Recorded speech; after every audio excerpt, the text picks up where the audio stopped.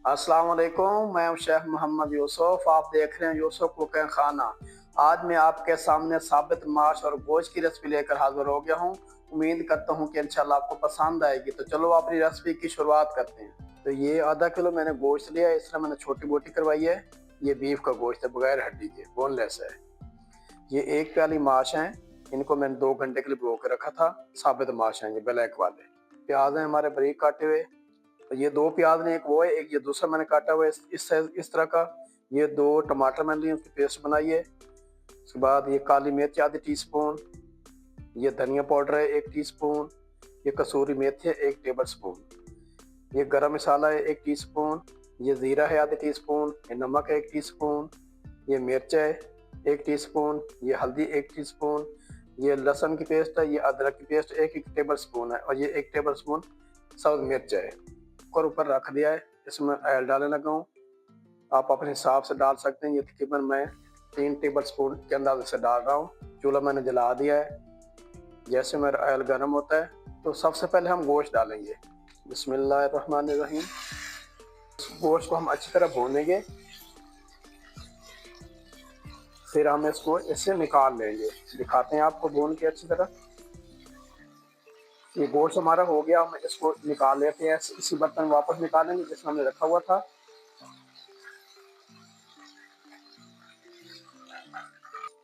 अब इसके अंदर मैं लहसुन अदरक की पेस्ट डाल रहा हूँ।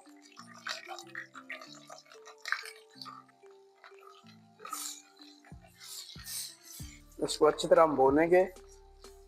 उसके बाद में इसमें सब्ज मेथी जो मैंने चॉप की थी ये डाल रहा हूँ।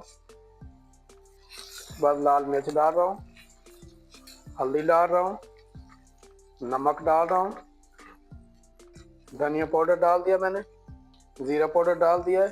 थोड़ा सा इसमें पानी का छींटा दूंगा ताकि मसाला हमारा जले नहीं। उसके बाद ये काली मिर्च डाल रहा हूँ, इसको अच्छी तरह भूनेंगे।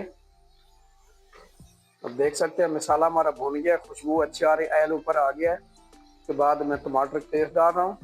उसके बाद जो हमारे ये साबुत मार्च थे ना, ये मैं इसको थोड़े फ्राई करने ये डाल रहा हूँ इसके अंदर ना।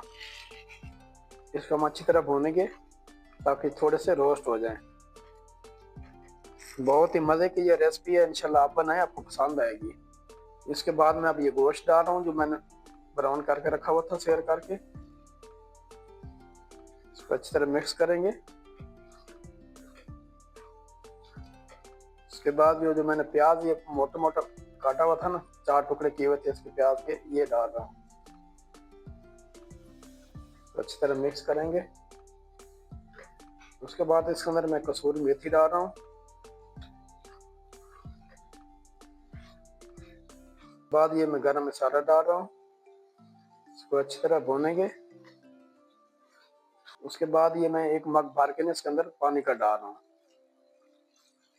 इसके अंदर 2-4 चम्मच चलाएंगे हम, और इसको हम रखेंगे तकरीबन 20 मिनट दम पे रखेंगे। फुल कुकर चलाना है ताकि ये अच्छी तरह गल जाए।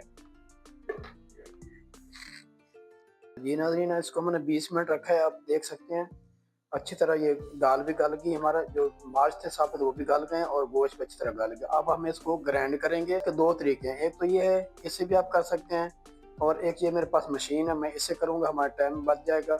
मैं आपको करके दिखाता हूँ। तो आप देख सकते हैं इसको मैंने अच्छी तरह ग्राइंड कर लिया। देखिए बिल्कुल हलीम की तरह ये बन गई है। अब इसके ऊपर हम एक तड़का लगाएंगे, वो आपको दिखाते हैं इसको मज़ेदार बनाने के लिए। तो फ्राई पैन में रख दिया है, इसके अंदर मैं ये देसी घी 1 टेबल स्पून डाल रहा हूँ। देसी घी का अपना ही मज़ा, ये सर्दी से ज़रा जम गया। घी हमारा गर्म हो गया, इसमें मैं प्याज ये जो आधा वन बचाया था वो डाल रहा हूँ। मैं इसका तड़का बनाने लगा हूँ। प्याज को हम अच्छी तरह ब्राउन करेंगे। इससे पहले मैंने काफ़ी दालें बनाई हैं माशाल्लाह, आप लोगों ने बहुत पसंद की हैं। जैसे मियाँ जी की दाल है, झाल चकने की दाल है, ये सब ने बहुत पसंद की। उम्मीद करता हूँ ये भी रेसिपी आपको पसंद आएगी। अगर पसंद आए तो हमारे चैनल को सब्सक्राइब ज़रूर करना। कमेंट में बताना हमारी रेसिपी आपको कैसी लगती है। ये प्याज हमारा हल्का सा ब्राउन हो गया। अब इसके अंदर मैं आधी टीस्पून जो है ना सफ़ेद ज़ीरा डाल रहा हूँ। मैंने इसका चूल्हा बंद कर दिया है। ये जो हमने दाल गोश्त बनाया, मैं उसके ऊपर तड़का लगाने लगा हूँ। देख सकते हैं आप, अच्छी तरह मिक्स करेंगे, फिर आपको डिश आउट करके दिखाते हैं। माशाल्लाह आप लोग चेक करें कितनी प्यारी खुशबू आ रही है। आप कलर चेक करें। मैंने एक सब्ज मिर्च काटी है, आपको सजा के दिखाता हूँ कि इसको कैसे आपने सर्व करना है। खूबसूरती से इस तरह रखनी है इसके अंदर, इस तरह। और उसके ऊपर मैं ये धनिया, सब्ज़ धनिया डाल रहा हूँ, थोड़ा सा फैला के इस तरह अपने इसको सर्व करना है। तो ये नाज़रीन, उम्मीद करता हूँ कि जो मैंने आज रेसिपी बनाई है इंशाल्लाह आपको पसंद आई। अगर पसंद आई तो हमारे चैनल को सब्सक्राइब ज़रूर करना। कमेंट में हमें बताना कि हमारी रेसिपी आपको कैसी लगती है। तो इसके साथ यूसुफ कुक खाना को दें इजाज़त। अल्लाह हाफिज़।